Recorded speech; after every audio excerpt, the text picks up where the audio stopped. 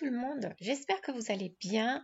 Aujourd'hui, on va faire des petites cartes de Noël avec cette règle, la Ruler Shutter. Je vous avais déjà présenté cette règle avant, je vous laisserai les liens. C'est une règle très pratique pour faire des traits discontinus et pour utiliser dans le scrapbooking la carterie avec une petite manette. Là, je vous montre un petit peu. Et après, avec des volets qu'on peut enlever et changer à chaque fois. Et ça nous permet de faire très facilement, si on a peur, si on a peur les mains qui tremblent quand on essaye de faire des traits un peu droits sur les bords de carte. Regardez comment c'est facile avec un simple stylo. Là, j'essaye avec des feutres Aquamarker aussi, ça fonctionne très bien. Il faut faire attention, par contre, il y a des feutres qui bavent. Alors, il faut toujours essayer avant. Retirer en levant, pas en glissant la règle, sinon en la levant parce que ça peut baver. Et bien sûr, venir la nettoyer à chaque fois parce qu'il y aura des dépôts d'encre à chaque fois. Là, je vous montre, ça, c'est les derniers volets. Kit de volets, ça vient par deux. Et on peut très facilement les changer. Là, on a un petit... là, ça ne s'écoute pas parce que j'ai enlevé le son original. Mais là, ça va se clipser très facilement. Et ça fait un petit clic. Et très très facilement, vous pouvez changer ces volets et vous servir d'un volet différent à chaque fois. Même les combiner. Et regardez comme c'est joli. On peut faire beaucoup de choses avec. Aujourd'hui, je vais vous montrer trois façons. Même ici, on pourrait les combiner. Il faut bien faire un peu de pression pour que le deuxième il bouge pas parce que le deuxième il n'est pas accroché à la règle. Là, j'essaye de le placer de la meilleure façon pour qu'il bouge pas. Mais regardez comment c'est facile après et les jolies choses qu'on peut faire. On peut les combiner, c'est très très marrant. Je vous invite à aller sur le site, je vais vous laisser le site et aller voir toutes les possibilités. Moi, j'aime bien faire des choses assez différentes. Alors, il y a une carte assez classique avec un bord classique. Mais après, j'ai essayé deux utilisations différentes que je vais vous montrer avec cette règle. Mais vous pouvez essayer aussi sans la règle. Ce n'est pas obligatoire pour ces cartes qu'on va faire aujourd'hui. Alors, vous savez que je suis tombée amoureuse de ces poudres d'embossage doré, argenté et cuivré. Là, j'ai pris une carte que je veux faire à l'horizontale. Alors, j'ai fait 6 traits de 1 cm sur chaque côté, sur la partie basse de ma carte. Et je vais utiliser ce volet et le petit kit que j'avais acheté chez Action avec de la poudre dorée et un feutre, c'est un feutre avec, je peux rien dire, avec de l'eau qui va permettre que la poudre va se coller et on peut venir la fondre après. Alors, je fais un double trait. Je vais faire 2 traits de chaque couleur, mais je vais intercaler. Alors, c'est mon premier trait et mon quatrième trait. Ils vont avoir la même couleur. Après, le deuxième et le cinquième. Après, le troisième et le sixième. Et j'essaye de faire 2 à la fois. Mais sinon, vous pouvez faire 1 à 1. Là, il y a des petits endroits où j'ai pas bien mis de l'eau un peu partout, mais on peut venir corriger ça après. Vous savez que je vous dis toujours, on peut presque tout dissimuler en scrapbooking et carterie, heureusement. Je viens faire fondre tout ça.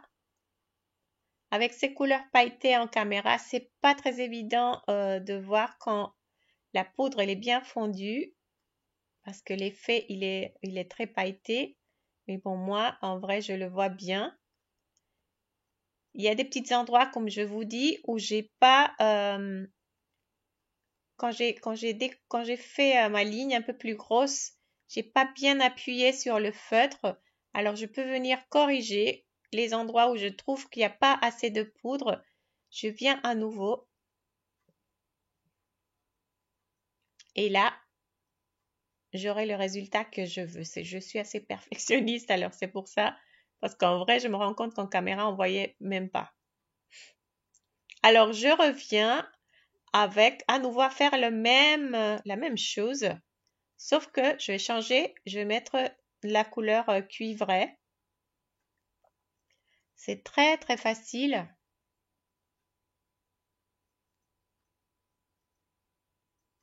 Je vous dis, vous allez avoir des paillettes après partout parce que les paillettes, elles sont hyper fines. Regardez déjà, on voit bien sur mon espace de travail qu'il y a plein de paillettes qui sont pas faciles à ramasser. Après, c'est bien de prendre une lingette pour la poussière et ça va aider à ramasser tout ça. Regardez comme c'est très joli déjà. Après, je vais faire le doré, mais je voulais vous montrer qu'est-ce que j'ai décidé de tamponner en haut. J'ai mis de ma planche de tampon, je vous laisserai les sites si ça vous intéresse, sur la barre de description de la vidéo. Pardon, ma tête, mais j'ai besoin de bien voir parce que je veux faire l'effet d'une petite guirlande de Noël. Et là, j'ai pris du doré. On prend un pinceau, c'est mieux, mais j'ai pas trouvé. Alors, j'ai pris le bout de mon cutter pour enlever la poudre qui reste mal placée. Et là, c'est plus facile à voir quand cette poudre elle est fondue.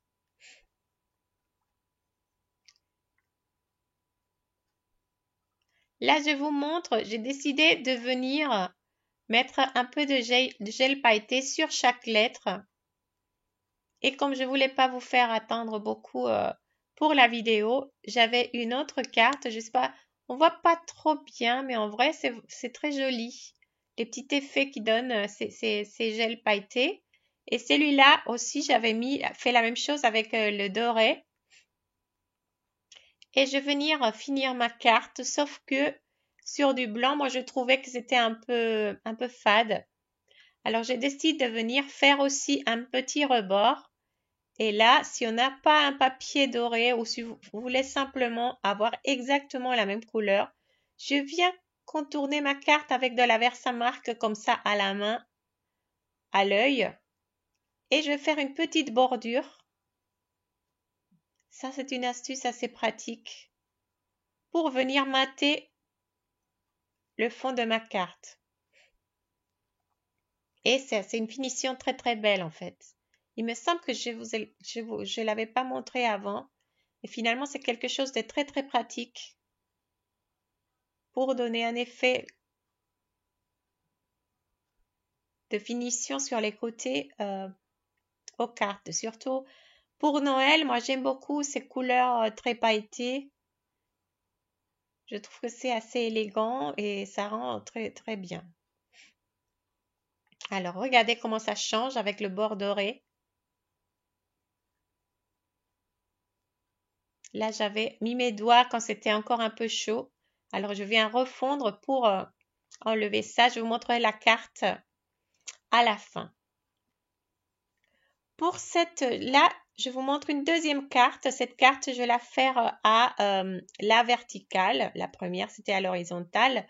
Pour celle-là, j'essaye de centrer un petit arbre de Noël fait à la main. Alors, mon arbre, la base de mon arbre fait 5 cm et la hauteur, c'est à peu près 7,5 cm. Et je fais de petits traits tous les 1,5 cm. Vous allez voir pourquoi. C'est pour faire mes tampons après, pour tamponner mes lignes des décorations sur ce petit arbre de Noël. Je vous laisserai éventuellement un petit dessin, je pense, sur le blog quand j'aurai un peu de temps de venir écrire sur le blog. Regardez là, je fais un tout petit arbre à la main avec... il faut pas trop appuyer le crayon parce qu'après on va venir effacer. Et là, j'ai pris les petites décos de ma planche de tampon. Je suis amoureuse de cette petite déco. Vraiment, j'adore l'effet et les détails, même s'il y a des cœurs minuscules, mais vraiment, on arrive à les voir. Et je suis trop contente. Et je trouve qu'il y a beaucoup de possibilités.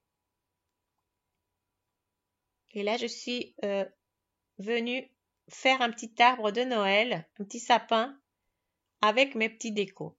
Alors, sur la première ligne, je vais mettre 4, bien espacés. Après, je mets 3 centrés par rapport aux 4. Et tout le temps, en m'aidant, ces lignes pour les décorations, elles sont séparées de 1,5 cm. Je viens mettre mes cœurs. Et après, je vais venir remplir ces formes avec d'autres petits tampons. Cherchez parmi vos planches de tampons ce que vous avez. Moi, j'ai pris ma petite étoile. Et là, je vous montre sur le set de Bon anniversaire, il y avait ces 2 petites étoiles. Alors, j'ai séparé la petite de la grande. Ça, on peut le faire toujours. Il ne faut pas avoir peur.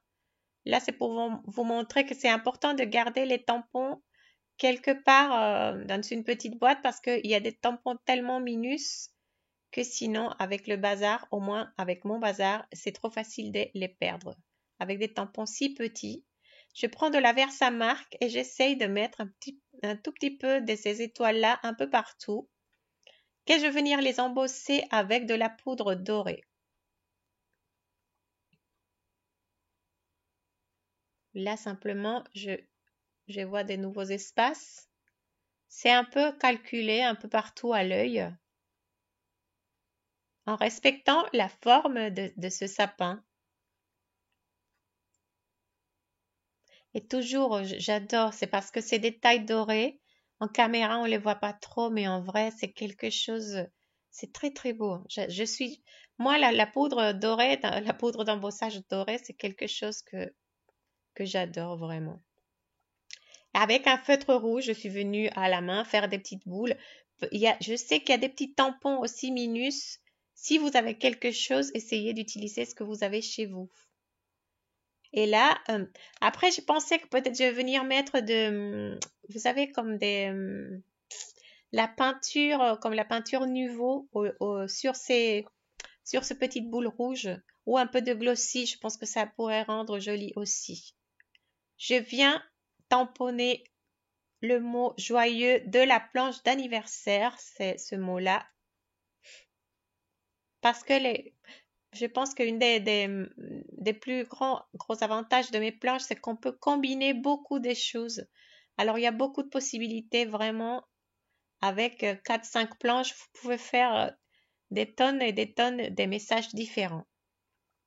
Après le Noël, de la planche de Noël, je viens le faire aussi avec de la Versamark et de la poudre dorée. Et je trouve que c'est je sais pas, je dis tout le temps ça, je sais que je dis tout le temps ça, mais je suis trop contente de cette carte, je la trouve très belle. Pour moi, j'ai trouvé une petite étoile, un die étoile, et la même chose, je vais faire un tout petit peu de Versamark pour faire un petit fond de papier doré. J'ai découpé mon étoile et je vais la mettre avec du foam 3D, de la mousse 3D, pardon, pour donner un peu de hauteur à cette étoile. Je viens effacer mes traits. Personne n'a rien vu. On ne sait pas qu'il y avait des traits derrière. Et là, je vais mettre deux épaisseurs de mousse 3D. Et ici, finalement, la bordure. C'est là que je vais utiliser ma règle. Mais j'essaye d'abord avec mes feutres ou mes stylos pour voir que ça ne bave pas sur les côtés. C'est important. Là, avec mon feutre noir, j'ai vu que ça marche parfaitement. Et j'ai décidé de faire 2 traits. Mon premier trait en noir et un deuxième trait en doré. Je viens nettoyer tout le temps. Regardez cette étoile comme elle est belle. J'ai trouvé mon stylo doré que je ne trouvais pas. Et là, j'ai changé le modèle du volet. Et comme ça, j'aurai deux points discontinus, deux lignes discontinues différentes. Je trouve que c'est joli. Ça donne une belle finition à cette carte. Vous me direz laquelle vous préférez. Moi, j'ai beaucoup aimé celle-là. Et ma troisième idée avec cette règle-là, mais vous pouvez faire aussi avec des pochoirs. J'aime aussi vous faire utiliser ce que vous avez chez vous. Moi, je voulais utiliser et présenter cette règle, c'est pour ça que vous me voyez faire ça. Je veux l'utiliser comme un style pochoir. Là, j'ai pris deux couleurs d'encre un peu vertes de Distress Oxide. Il me semble que c'est Peel Paint et une autre, je ne me rappelle pas de l'autre, mais je vous laisserai sur la barre de description de la vidéo. Et là, j'ai fait des traits tous les 2 cm. Mais je vais intercaler mes couleurs.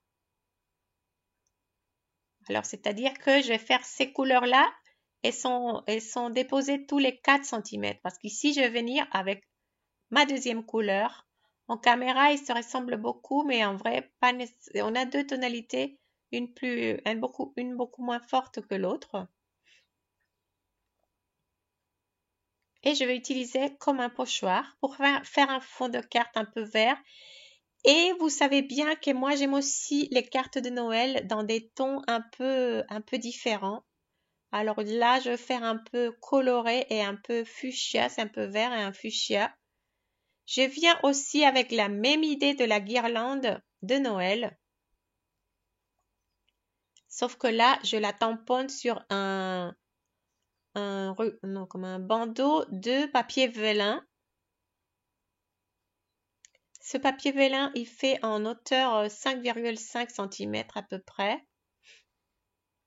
Là, j'enlève. Je trouve pas mon pinceau. Non, mon atelier, c'est un bazar pas possible. Et je vais faire fondre le blanc et venir après colorier ça par la partie arrière.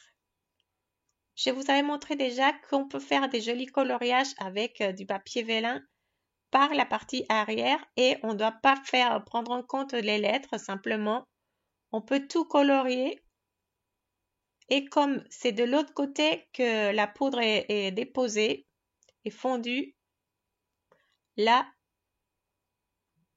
regardez comme c'est joli, on dirait une véritable guirlande de Noël. Et pour cette carte, simplement, je vais prendre un petit morceau fuchsia que je vais venir tamponner en blanc avec quelques petits mots de ma planche de Noël aussi. Là, désolée, je suis un peu hors cadre. Mais là, vous prenez les mots que vous voulez. Et c'est simplement pour venir donner quelque chose, un peu de contraste sur ces fonds un peu verts. Oui, là, je suis totalement hors cadre. Je suis désolée. Mais je vous montre ici mes cartes finies. Alors, j'ai utilisé la règle. Je vous laisserai le lien. Mon set de tampons aussi. Celle-là, on peut encore ajouter une petite ligne de texte si vous voulez. Moi, je l'aime bien comme ça parce que j'aime bien voir bien les couleurs. Celle-là, je la trouve trop belle. Je suis très, très contente de cette carte. Et pour celle-là, j'ai simplement ajouté un peu de twine dans les mêmes couleurs, un peu fuchsia et blanc. J'espère que vous aimez ça. Dites-moi laquelle vous préférez. Si vous avez déjà reçu vos tampons, j'aimerais voir les photos. Il en reste encore si vous connaissez quelqu'un qui peut vouloir ces tampons, il en reste encore. Je vous invite à venir sur le site.